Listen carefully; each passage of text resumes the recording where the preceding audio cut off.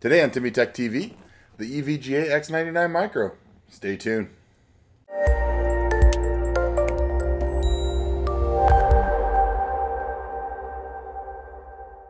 Okay guys, so we have the EVGA Micro, kindly provided to us by EVGA, and it's the X99, which is why some of you guys saw on Instagram that I bought some X99 parts.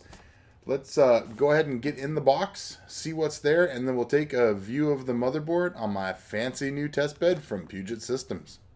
Okay, so in the box we have part 1 of the user guide, part 2 of the user guide with your EVGA DVD. Keep this around if you need the network drivers. If not, steal the case badge out of there and throw the DVD away.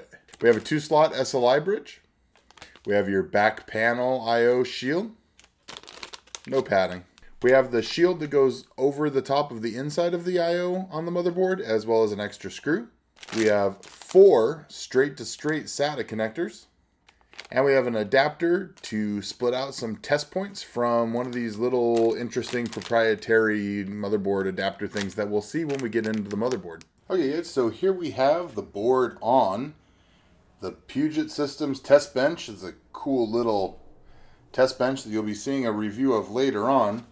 But let's get to what you're all here for, and that is the X99 MATX board. It is, of course, 9.6 inches by 9.6 inches. It's 244 centimeters by 244 centimeters. Intel 2011-3 processor socket. X99 Intel chipset. Quad channel DDR4 up to 3000 plus, depending on what the BIOS supports at the time of you watching this video. And it supports up to 64 gigs of RAM. Along the bottom, you have your front panel I/O, a USB 2.0, a USB 3.0, one fan header, another fan header, SPDIF out, CFPA header, your Realtek ALC 1150 chipset, your back I/O, which we'll get to. So across the top, we have one 4-pin, one 3-pin fan header. Both these on the bottom are 4-pin. In the top right, we have 2 more 4-pin fan headers, a MEM OK button.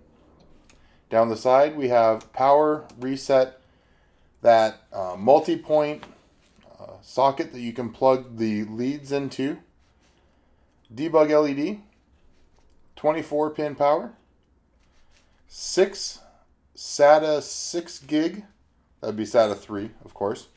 Oh, and hiding up here is your 8-pin power. We have one M.2, it's a slot E.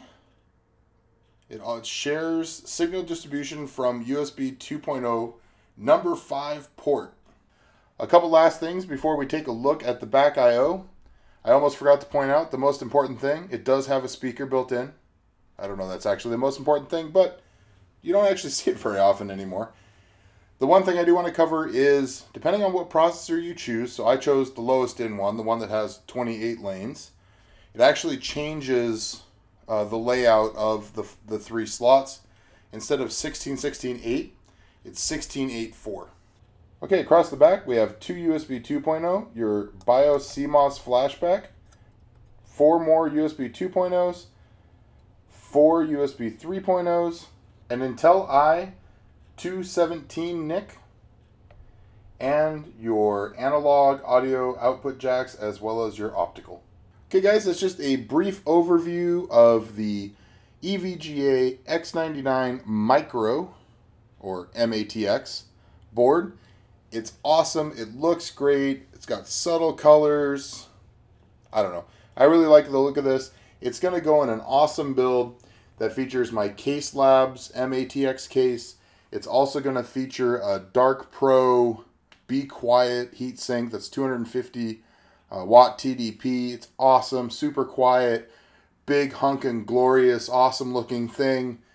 And we're going to build that out all here on the Puget Systems test bench, test everything out, and then put it in the Case Labs case. I'm really excited to have a test bench because it means, you know, the best thing here is on this test bench, not to distract from the the motherboard review, but it just has little plastic nubs you can put in there so that when you want to test a different board, you can just pull it on and off.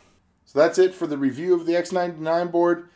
Guys, thanks for all the support. You can check us out, amazon.timmytechtv.com. That really does help support the channel. You can always follow us on Twitter, Instagram, Tumblr, all at TimmyTechTV. And until next time, we'll see you guys later.